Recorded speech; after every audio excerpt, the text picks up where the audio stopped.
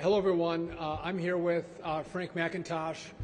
He runs our air traffic control department at the FAA, better known as ATO. I just want to give you all an update on where we've been and where we are today and where I think we're going. So over the last 3 days, as many of you have reported, we have had significant staffing shortages with our air traffic controllers. Saturday, Sunday, Monday, very rough travel days, significant cancellations and significant delays. However, today has been a much better day. A lot more air traffic controllers are coming in. So just for comparison, on Saturday we had 81 staffing triggers. Today we have 4. So I think our air traffic controllers are seeing an end to the shutdown and feel more hopeful, and they're coming into their facilities. So we're grateful to them for all that they're doing. I was just up in the tower here at O'Hare, and I'm proud of the men and women who have given to the country and have showed up for work, making sure our travelers are moving safely through the airspace. I'd also note that there are short air traffic controllers at this facility, and we need more of them to come into the profession. Young men and women, some of the brightest in the country, have to come into this profession, and this shutdown is going to make that more challenging, more difficult for us to accomplish that goal. We used to have 4 air traffic controllers retire every day.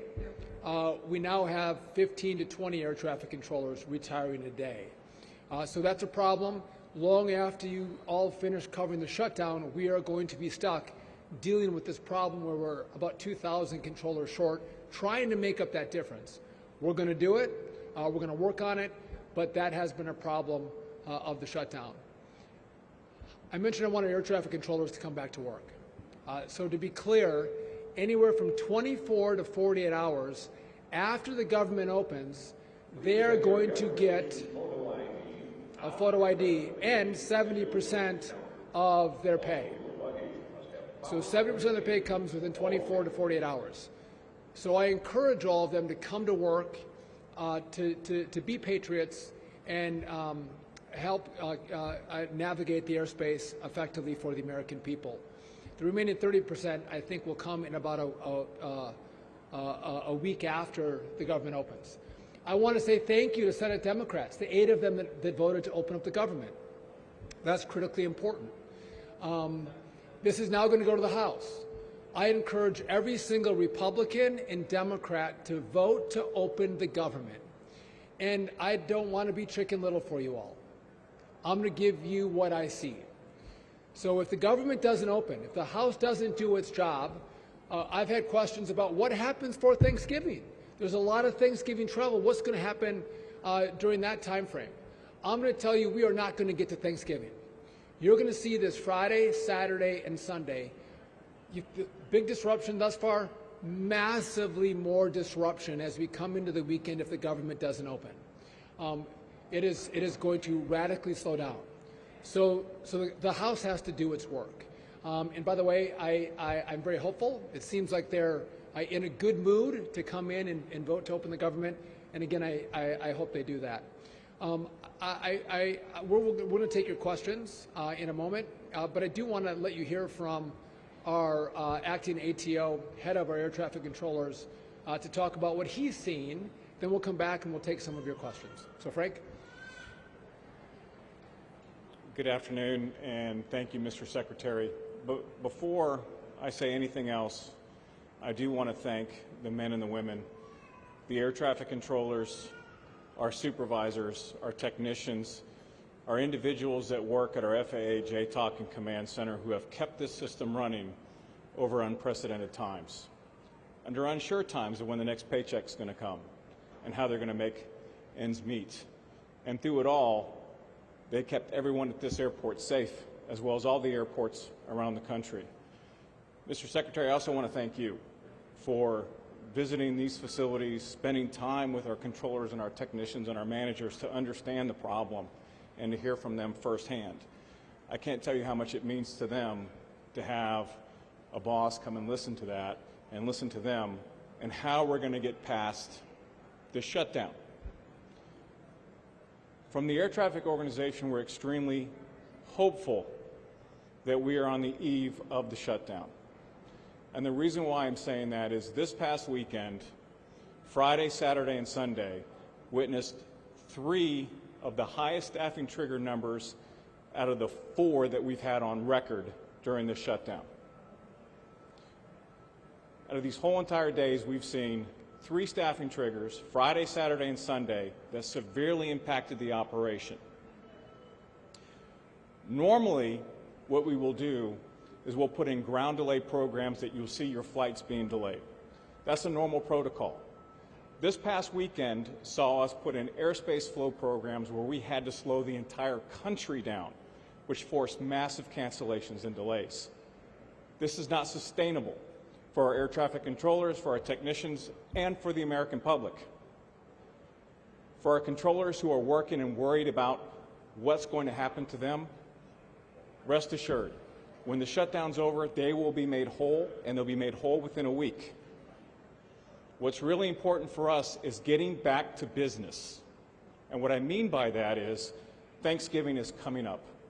This is the time where everybody comes and connects with their loved ones. This is the time where air traffic controllers and technicians say, it's go time. It's go time for us. We want the shutdown to be over. We want our controllers back on the boards doing what they do best, which is separating traffic and keeping everyone safe. We look forward to getting back to business once this shutdown is over and ensuring that we once again hold true to what we promised to everyone in this room and across the country. We got you, we'll keep you safe, and rest assured we'll get through this together. Mr. Secretary. Thank you. I want to thank Frank as well. He's done a masterful job at the FAA navigating this crisis for us. A couple points and I'll take your questions. As we come into Thanksgiving, this is a Super Bowl of air traffic controlling, right? It's massive movement of Americans. And again, this shutdown is going to get us to a place where we can get controllers back in our facilities controlling the airspace. I want to bring up one issue that I'll take your questions. You saw on Friday, on Saturday, we reduced our flights by 4%. So 4% of commercial aviation had to be canceled. Now, some have claimed that this was based on politics. This was based on pressure. And I would just tell you that this information to do this reduction in flights by 4% on Saturday, it came from the safety office. The safety office made the recommendation, they elevated it, and we implemented it. And I'd also note on Saturday, Sunday, and Monday, the cancellations in the airspace were higher than 4%, right? So some might argue we didn't cancel enough flights. Today, we increased it by another 2%. So we're at 6% of cancellations of flights in the airspace. Some have asked, when are you going to start rolling those back? The answer to that is this has all been data-based. We've seen incursions on runways. We've seen loss of separation in the airspace. And we've seen heightened complaints by pilots of the communication they're having with air traffic controllers. When this information goes in the wrong direction, we have to make decisions to keep people safe.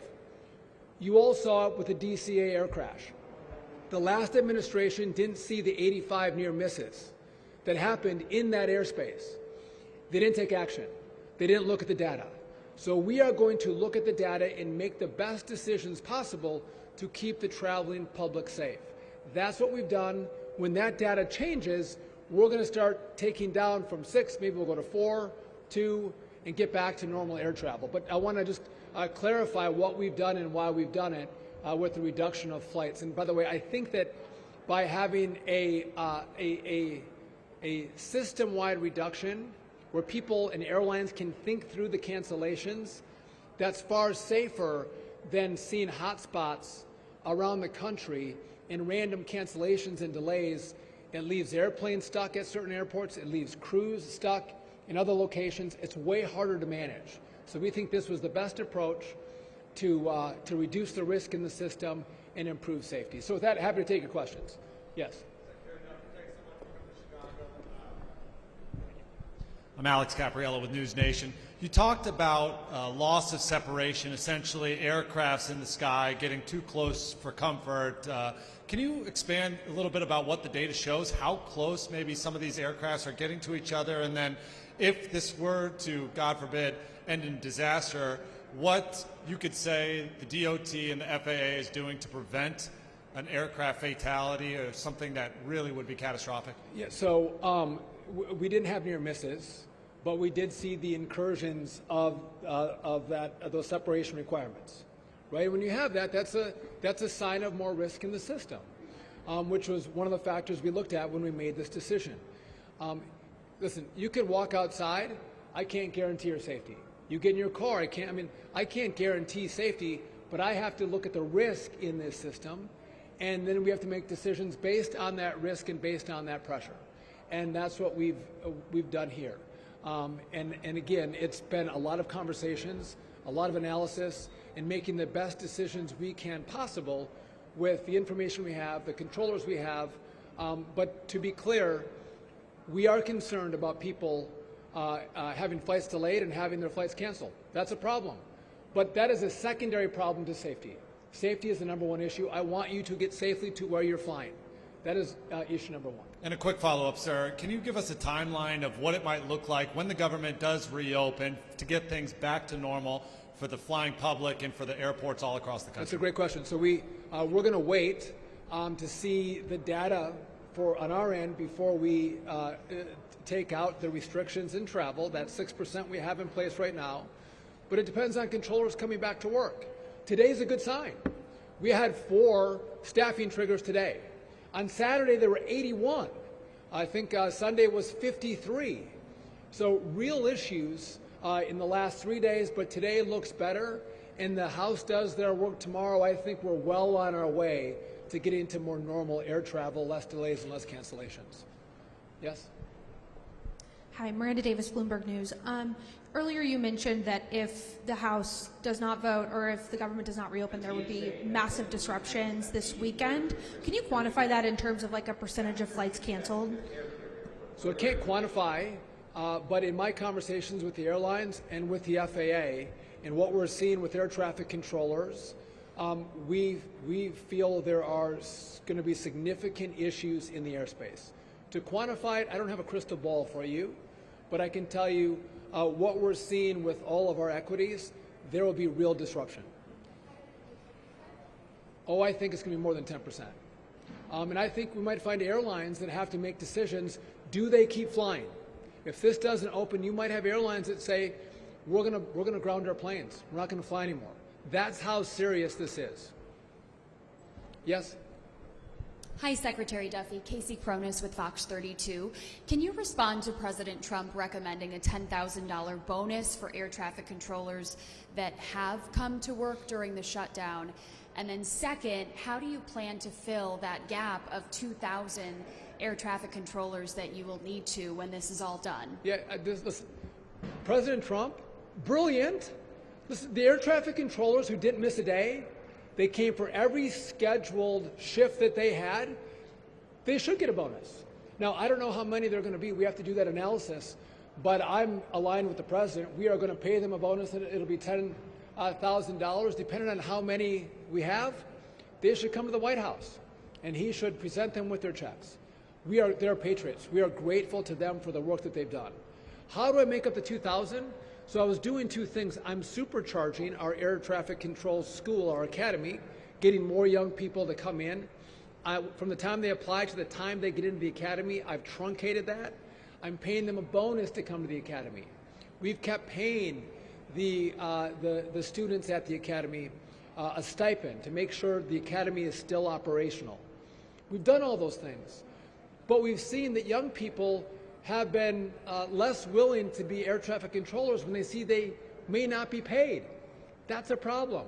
But the second part of what we've done is we have air traffic controllers who can retire after 25 years of service. I've asked them, they're the most experienced in the airspace. I said, would you please stay on? Please don't retire.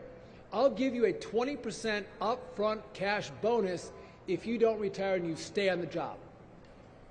And what we've seen in the course of this shutdown is a far greater majority of those controllers that I thought were going to stay are now retiring.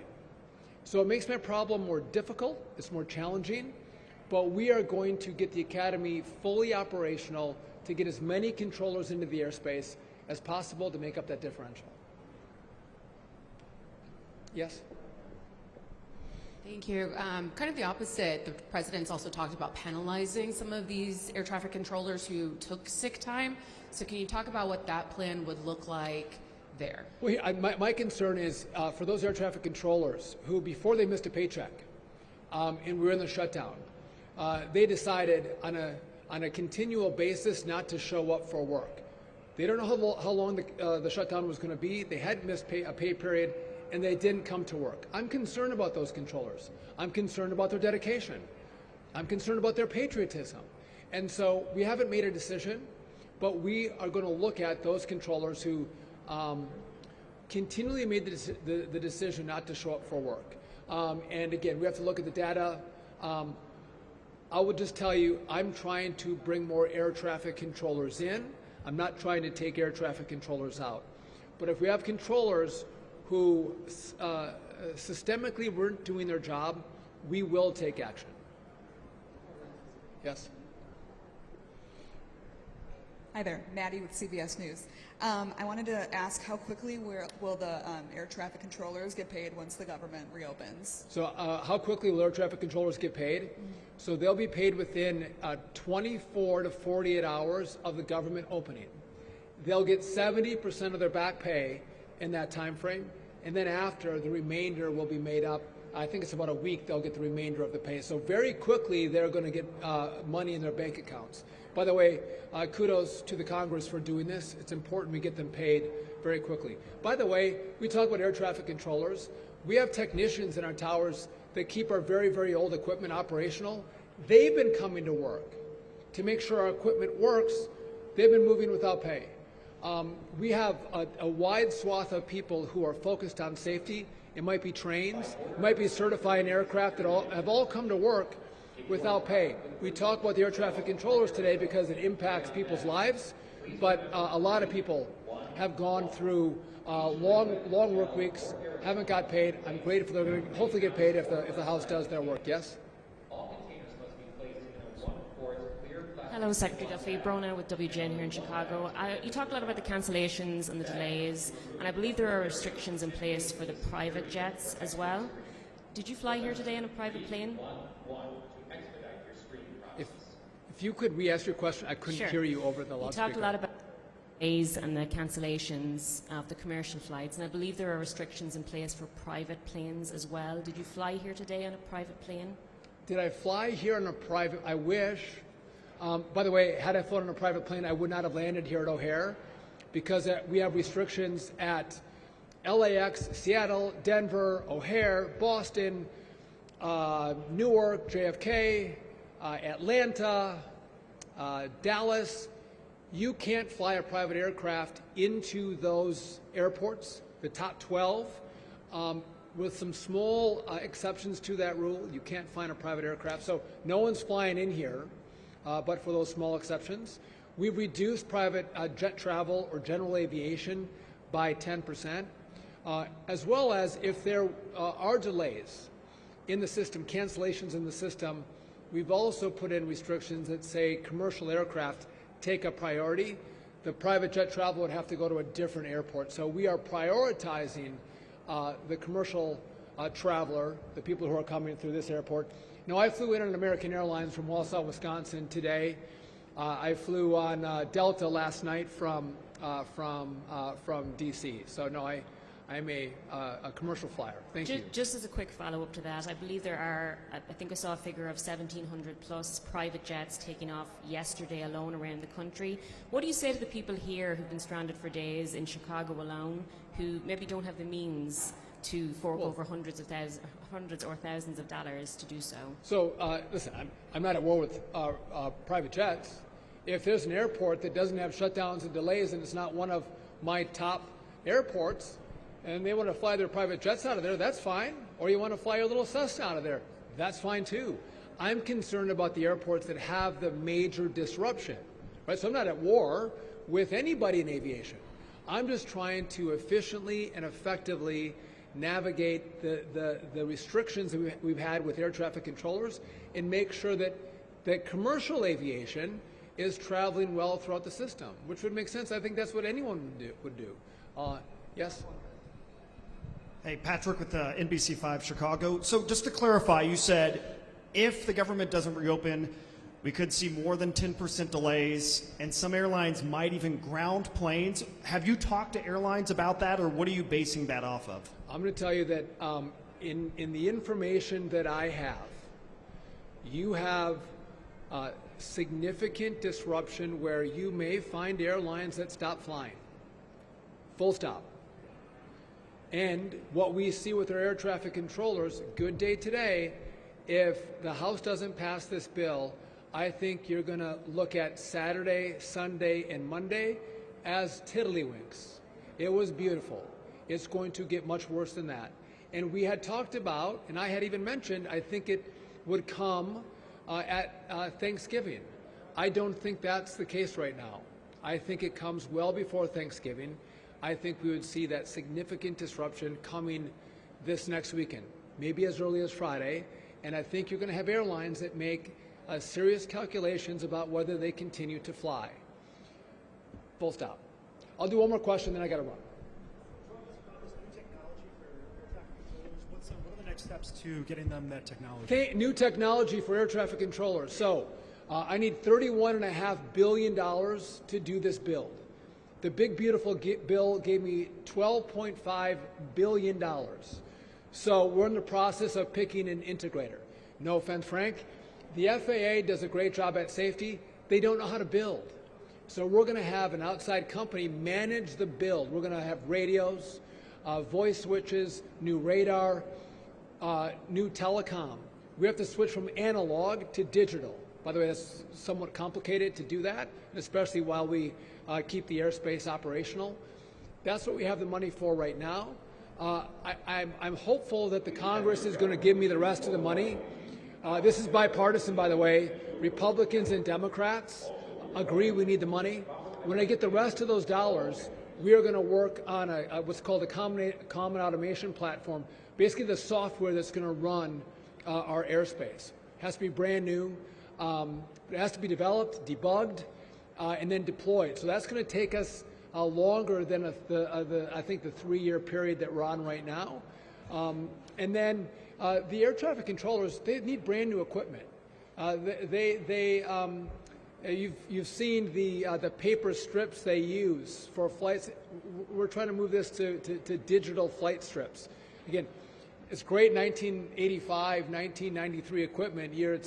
It's a blast from the past, but we should live today and technology from today. And I would just tell you, what we're doing isn't easy. And because it isn't easy, no one else has done it. Everyone else has passed it off. And Frank and I and Brian Bedford, but most importantly, President Trump has said, actually deliver for the American people, fix this system. And so that's exactly what we're going to do. And by the way, I've talked about what this shutdown does for air traffic controllers. That's real. But it hasn't done that for this mission to modernize the airspace. We were given the money in the big, beautiful bill, so we had it in our coffers at the FAA. So that process has continued to move forward, which I'm grateful for. So that has not been delayed, though the air traffic controller issue is going to be a problem that we're going to deal with into the future. By the way, Chicago's been, at least today, running well. Love the air traffic controllers. I hope they get my flight out on time today. I put a good word in for myself. I'm kidding. But again, I fly to here quite a bit as well. I want to thank you for coming out and covering the story. Our mission, again, keep people safe. Keep people safe and do whatever we have to, no matter what the political noise is, to make sure that objective is accomplished. With that, thank you very much.